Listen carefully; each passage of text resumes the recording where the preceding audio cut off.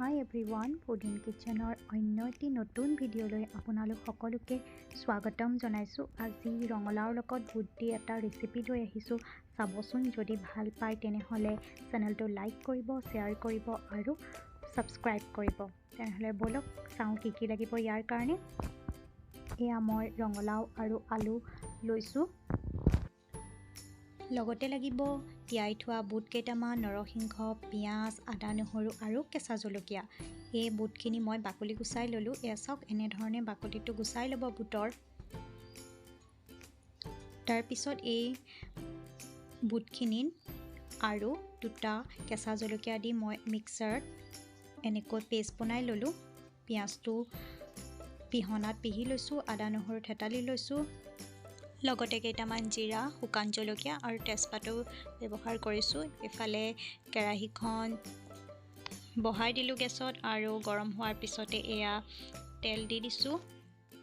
তেলখিনি ভালকৈ গৰম উঠি হ'লত ইয়াতে গোটা জিৰা কেইটামান আৰু লগতে মই পাঁচফোৰণ কেইটামানো দিছোঁ। মোৰ ভাল লাগে পাঁচফোৰণ দিলে। তেজপাত দিলোঁ, শুকান জলকীয়া এয়া দি দিছোঁ আৰু এতিয়া ইয়াতে পিঁয়াজখিনিও দি দিম। দি পেলাই অকণমান গল্ডেন ব্ৰাউন হোৱালৈকে এইখিনি ভাজি থাকিম।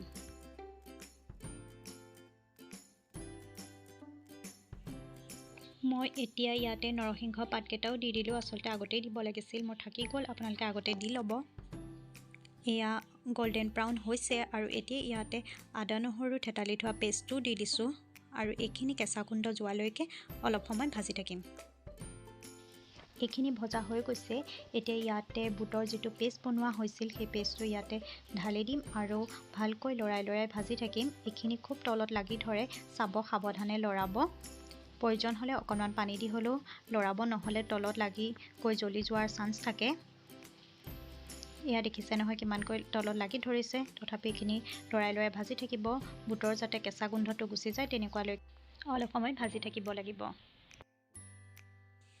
মই ইয়াতে অকণমান পানী দি দিছোঁ যাতে কেৰাহীত লাগি নধৰে আৰু এইখিনি জ্বলি নাযায়। সেইকাৰণে ইয়াত মই অকণ পানী দি এইখিনি মিক্স কৰি লৈছোঁ।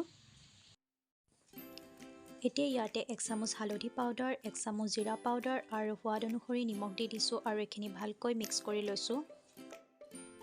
এইখিনি এতিয়া ভালকৈ মিক্স হ'বলৈ দিম আৰু খুব লৰাই ভাজি থাকিব লাগিব যাতে ইয়াৰ কেঁচা গোন্ধটো গুচি যায়।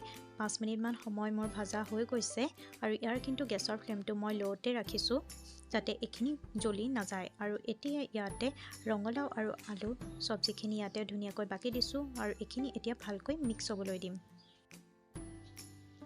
এইখিনি মিক্স কৰা হৈ গৈছে আৰু এইখিনি এতিয়া 5 মিনিট সময়ৰ কাৰণে ঢাকি দিম যাতে ৰঙালাও আৰু আলুখিনি ভালকৈ সিজি যায়।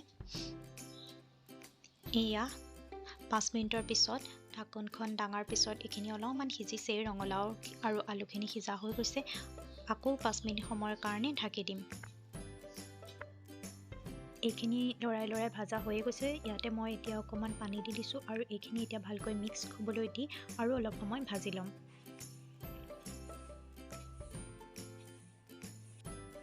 এনেকৈ লৰাই ভাজি প্ৰায় আধা ঘণ্টামান সময়ৰ পিছত ৰঙালাও আৰু আলুৰ এই বুট দিয়া চব্জিটো ৰেডি হৈ গ'ল। খাবলৈ কিন্তু খুব ভাল লাগে। আপোনালোকে এবাৰ ট্ৰাই কৰি চাব। যদি ভাল পায় তেনেহ'লে কমেণ্ট কৰি জনাব। বিশেষকৈ এই চব্জিখন ৰুটিৰ লগত খাই বেছি ভাল লাগে। যদি ভাল পায় তেনেহ'লে প্লিজ চেনেলটো ছাবস্ক্ৰাইব কৰি দিব আৰু ভিডিঅ'টো লাইক কৰিব।